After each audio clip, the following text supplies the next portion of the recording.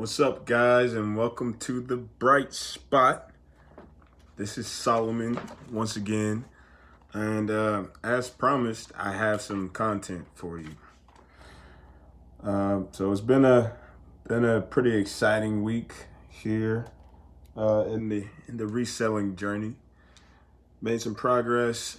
Gotten to a point where I feel that I need to look back and see what I've done and how I've done it, what works and what hasn't, before I move forward. For me personally, it's a business decision. It's the smart thing to do before trying to do any crazy upscaling.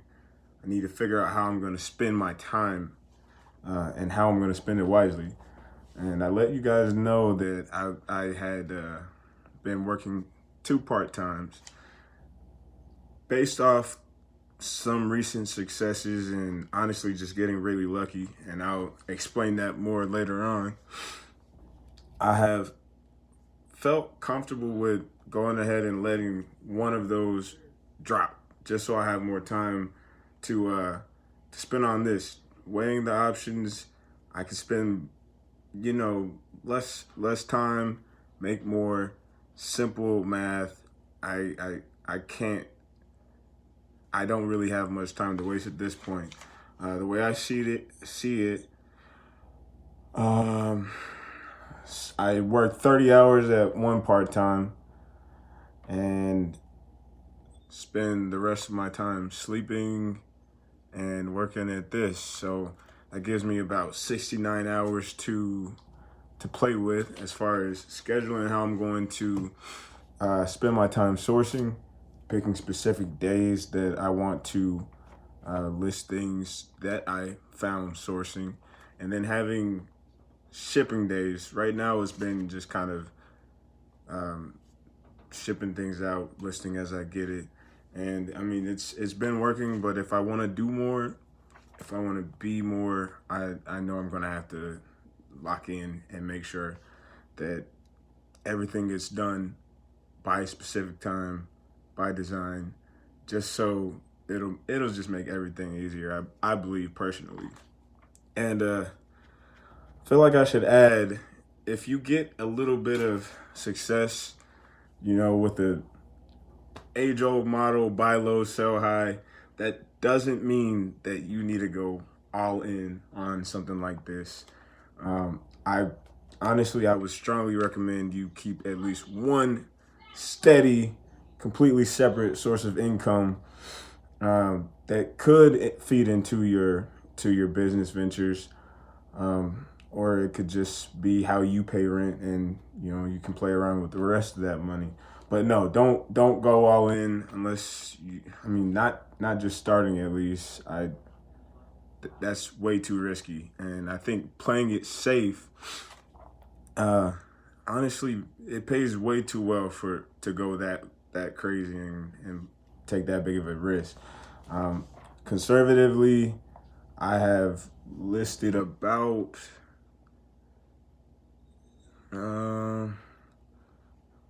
close to 50, 60 items. And from the ones that I've sold, they're on average about $40. So I'm selling them for $40, looking to make my time worth it, but also not taking any huge risks that could potentially be a gigantic loss and cripple me and make me start completely over. And I think once you have the money, those risks aren't as big of a deal. But right now, we're grinding, which is why it's so tough to find out that you missed out on something really, really rare, which I actually did earlier today, scrolling through Facebook Marketplace like I do on a daily now, and came across this Xbox controller. And when I see Xbox controllers, they're usually pre-owned and still a pretty good price. But this particular one was like $90. And to me, that's a flag. Like, whoa, wait a minute. Why is a regular uh, Xbox controller going for $90 when I could go into the store and buy a couple brand new or barely used for that price?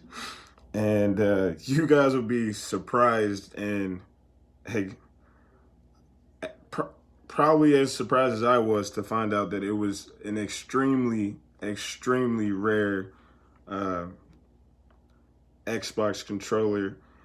They only made 1,142. So you got one of 1,000 in the entire world at your one click of the button, one message, and you got it. And sadly, he had already sold it. For some reason, the listing wasn't taken down.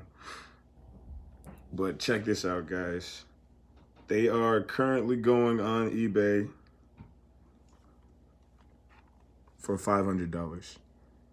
So my strategy would have been trying to ask that he lowers the price down to. I probably have started with 50. That's the initial message that I sent him, and he would have asked for a little bit more, and then we would have agreed on something around $75. And that's still a huge amount of profit. That's worth your time. Those are the things that you don't see very often, and the margins for error there is not very. You got a lot of room to work with because you know it's gonna sell. There's only 1,000 in the world, so yeah, I'm pretty bummed out to have missed out on that. But you know what? We did have some wins, and big ones. I won't go into all the details on certain deals that are going on right now, just because they're not they're not completely done yet, and I want to get you guys all the info on that. It's just gonna have to wait for a later date. Um, One deal I actually just shipped off today, got done, was on the Epson ET 2720. Um, Nice printer, brand new. She's selling it on Facebook Marketplace because her old one broke. They sent her a replacement. She bought a new one in the meantime and never used it. So I'm thinking 120 for a printer. That's high. I need to be making at least what I paid for back, and I need to be ready to pay a lot in shipping.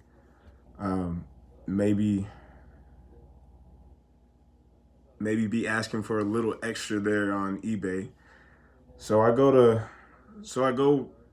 to source and look for information on this with kind of a little bit of skepticism, and I find that its market price is actually only $200. And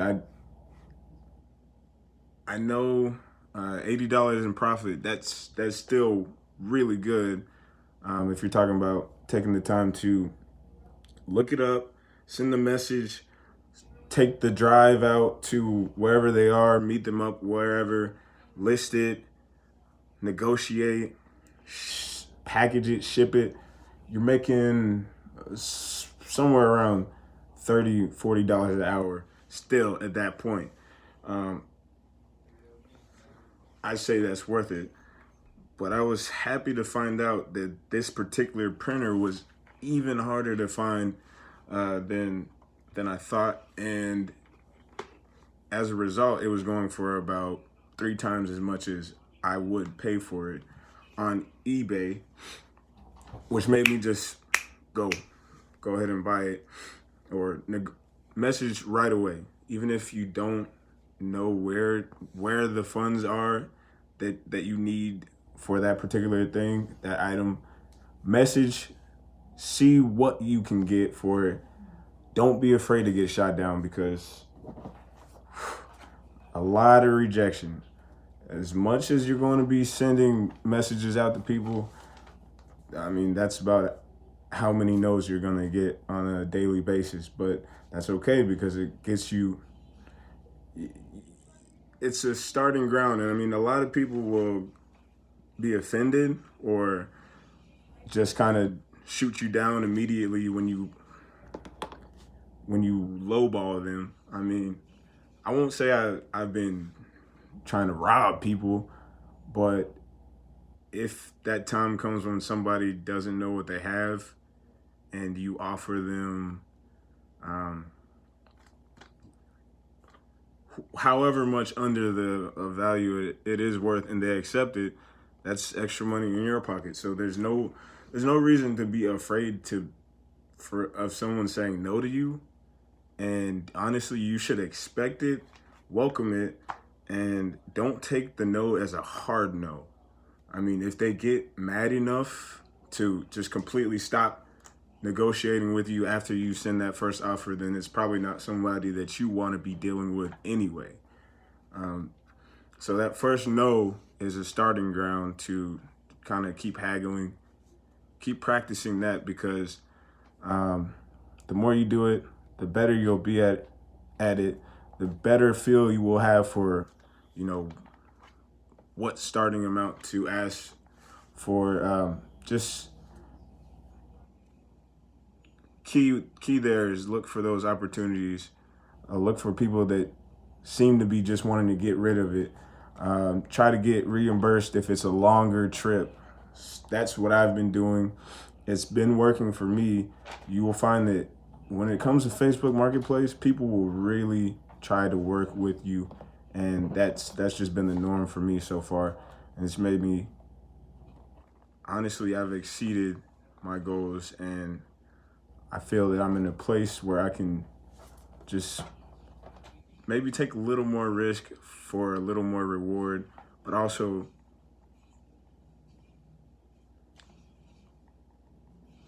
I feel like I can put you guys on a little bit, but I'm not gonna get too crazy with the preaching. I'm just gonna try to stay to what I've been experiencing and not try to do too much there.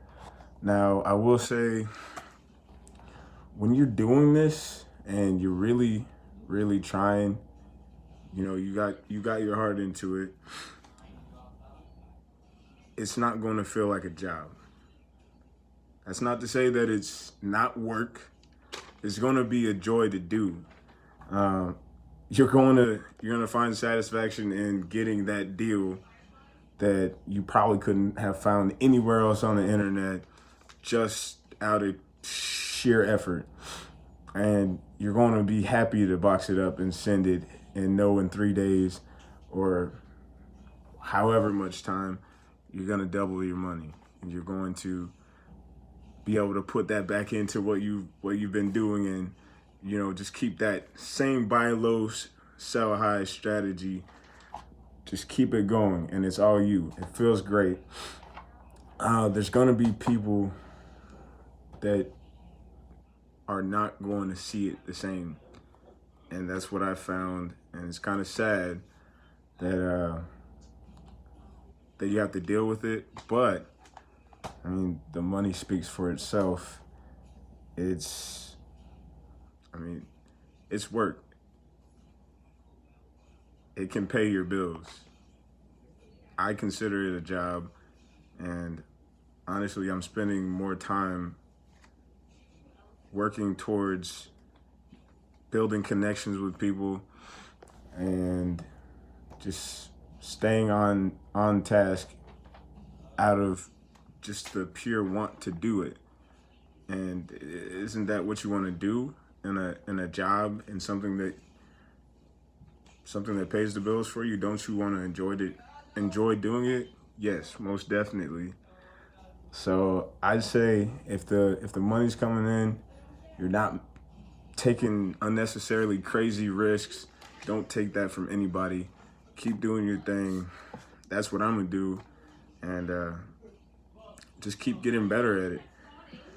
And the way I plan to do that is to, like I said, be more tedious about how I allot that time and when I spend that time doing specific tasks related to this business. And it really all starts with sourcing. Sourcing is my personal favorite thing to do. It's it's it's a joy, honestly, because you feel like you're smarter than you are, honestly. All that information is at your fingertips. All you need is a phone. All you need is an internet connection, and you have just as much knowledge as an expert on that item.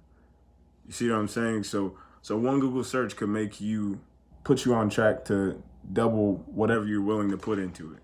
And I think that's a beautiful thing. I mean, and not only do you find those kind of sweet deals the more that you look, but you also start to get a feel for what you should be looking for in that process. And I've been getting better at it, and it's showing. So as I get better at this, I start to enjoy it even more. I start to spend more time doing it. So, I mean, the money just keeps coming in, you know? And as that happens, I find that I have a lot more freedom to help people that I care about. And that's important to me. That's always been pretty important to me. I've been spending all my time, I've just been giving my energy to things that aren't paying off nearly the way that this is, as far as, I mean, financially, the money is there, but it's also very fulfilling to know that you have options. Like, once my bills are paid, I can talk to somebody else about what they're doing. Hey, do you have extra money? Do you have extra clothes? Let me list those for you. It's extra practice for me, and I mean, I'm making something happen for somebody that I love, and it's a win-win. Honestly, there's a lot about this that's a win-win. I mean, eBay, it can be fickle. PayPal can be a little sketchy. It's about what you make it. Keep looking for opportunities. Keep talking to people. Make sure that when you're in the position to offer value, you let it be known and you get your money's worth. You get your time's worth. And that's how you enjoy life, I feel. That's really the key. First, finding where you can offer value and really refining that. So in my case, I really love sourcing, and I'm constantly looking. So with that being said, I have a lot of knowledge of what's being sold around the city. Staying up to date with Facebook Marketplace is a big thing. If you don't have a lot of places you can go to around the city, or you're stuck at home, you have eBay, you have online estate sales. There's a ton of resources. Like I said, the money's there. You kind of just have to really be diligent about looking for it. And if the money is not necessarily in your pocket to start, you don't need anything but an asset that you can flip that's in your house at the moment. So the only time you would have to leave the house in that situation is to send a package. And I mean, you're doing all the work from home. Like, you're working from home during a pandemic, and honestly, you really can't beat that. You have to have money to make money. That's a fact in this world. And honestly, this is a really pure form of that law. And it feels great to, I mean, I'm not going to say exploit it, but find the abundance where it is. And that's a big key, just to keep looking. And that's what sourcing is. And it's my personal favorite, so it's easy to do. Now, what I don't like as much is that process of, waiting on responses from people, getting undercut, or people refusing to negotiate. I mean, these things happen, and you shouldn't let them discourage you. Once you do get that big item that feels like a real break, you've built up to that point, you'll be ready. and you'll be a little more tested. And that's important because that break is going to be what leads you to a lot more of the same kind of situations. And in that case, you're just making profit off of your profit. So keep trying. I'm not getting discouraged just because, I mean, it's all way better when I'm the one making the mistakes and those mistakes affect me, as opposed to being at work getting yelled at while you're getting paid $10 an hour because you messed up. It's all on you, but at the same time, you're reaping the benefits directly for when you do well. So those big things, that big break is going to make up for all that tedious, annoying stuff. Listing is a pain for a lot of reasons.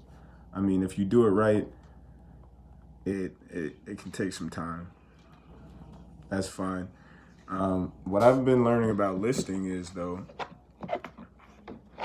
different products call for a different platform. And that's interesting to me because as I start to kind of diversify, I like to use Poshmark a little bit.